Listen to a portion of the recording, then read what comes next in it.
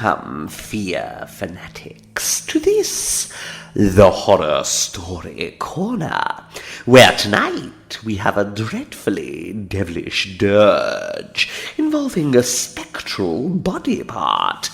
But which part of the human skin sack could be so singularly terrifying as to make itself welcome here in the corner?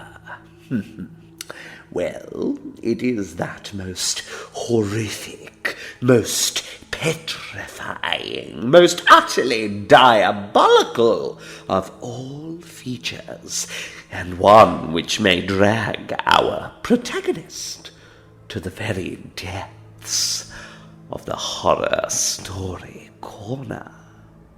I hope you enjoy, for your listening pleasure, The Phantom Toe. I am not a superstitious man, far from it. But despite all my efforts to the contrary, I could not help thinking, directly I had taken a survey of my chamber, that I should never quit it without going through a strange adventure. There was something in its immense size, heaviness, and gloom that seemed to annihilate, at one blow, all my resolute skepticism as regards supernatural visitations. It appeared to me totally impossible to go into that room and disbelieve in ghosts. The fact is, I had incautiously partaken at supper of that favourite Dutch dish, sauerkraut, and I suppose it had disagreed with me and put strange fancies into my head. But this as it may, I only know that after parting with my friend for the night, I gradually worked myself up into such a state of fidgetiness that at last I wasn't sure whether I had become a ghost myself. Supposing, ruminated I, supposing the landlord himself should be a practical robber and should have taken the lock and bolt from off this door for the purpose of entering here in the dead of night, abstracting all my property and perhaps murdering me. I thought the dog had a very cutthroat air about him. Now, I had never had any such idea until that moment, for my host was a fat, all Dutchmen are fat, stupid-looking fellow, who I don't believe had sense enough to understand what a robbery or murder meant. But somehow or other, whenever we have anything really to annoy us, and it certainly was not pleasant to go to bed in a strange place without being able to fasten one's door, we are sure to aggravate it by myriads of chimeras of our own brain. So, on the present occasion, in the midst of 1,000 disagreeable reveries, some of the most wild absurdity, I jumped very gloomily into bed, having first put out my candle, for total darkness was far preferable to its flickering, ghostly light, which transformed rather than revealed objects, and soon fell asleep, perfectly tired out with my day's riding.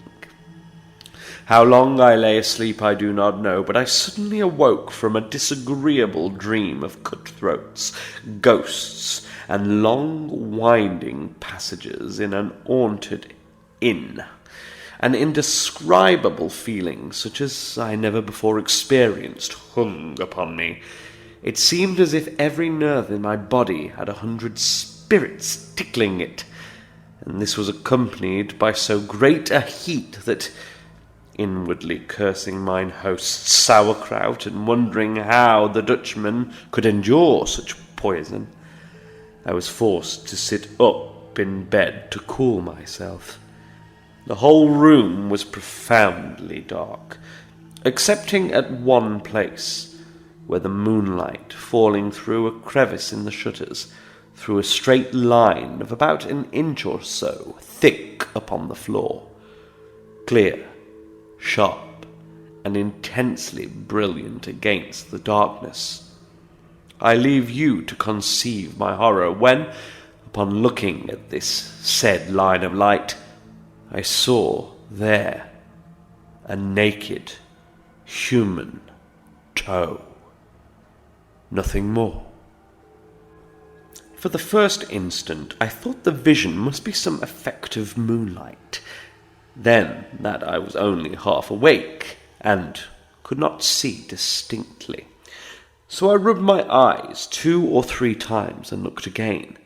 Still, there was the accursed thing, plain, distinct, immovable, marble-like in its fixedness and rigidity, but in everything else horribly human.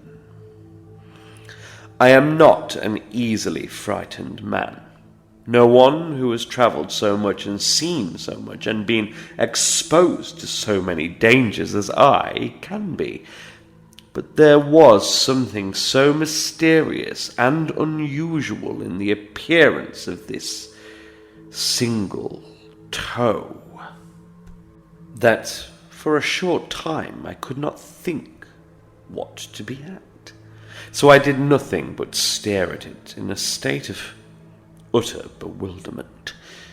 At length, however, as the toe did not vanish under my steady gaze, I thought I might as well change my tactics, and remembering that all midnight invaders, be they thieves, ghosts, or devils, dislike nothing so much as a good noise, I shouted out in a loud voice, "Who's there?" The toe immediately disappeared in the darkness. Almost simultaneously with my words, I leaped out of bed and rushed toward the place where I had beheld the strange appearance. The next instant I ran against something and felt an iron grip round my body. After this I have no distinct recollection of what occurred, excepting that a fearful struggle ensued between me and my unseen opponent, that every now and then we were violently hurled to the floor, from which we always rose again in an instant, locked in a deadly embrace, that we tugged and strained and pulled and pushed. I, in the convulsive and frantic energy of a fight for life. He, for by this time I had discovered that the intruder was a human being, actuated by some passion of which I was ignorant, that we whirled round and round, cheek to cheek and arm to arm, in fierce contest, until the room appeared to whiz round with us, and that at least a dozen people, my fellow traveller among them, roused, I suppose, by our repeated falls, came pouring into the room with lights and showed me struggling with a man having nothing on but a shirt, whose long, tangled hair and wild, unsettled eyes told me he was insane. And then, for the first time, I became aware that I had received in the conflict several gashes from a knife, which my opponent still held in his hand.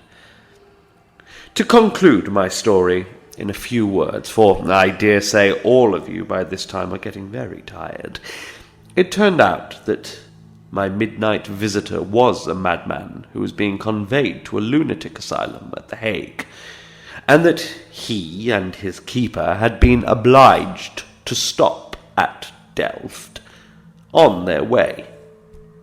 The poor fellow had contrived, during the night, to escape from his keeper, who had carelessly forgotten to lock the door of his chamber, and with that irresistible desire to shed blood peculiar to many insane people, had possessed himself of a pocket knife belonging to the man who had charge of him, entered my room, which was most likely the only one in the house unfastened, and was probably meditating the fatal stroke when I saw his toe in the moonlight, the rest of his body being hidden in the shade. After this terrible freak of his, he was watched with much greater strictness, but I ought to observe, as some excuse for the keeper's negligence, that this was the first act of violence he had ever attempted. Well, my friends, far less scary for the toe to be attached to a full physical manifestation, if you ask me, anyway. But there we are. If you ever find yourself in an unfastened room and hear the shifting of the floorboards, keep your eyes peeled. You never know. You might just have a maniac in tow.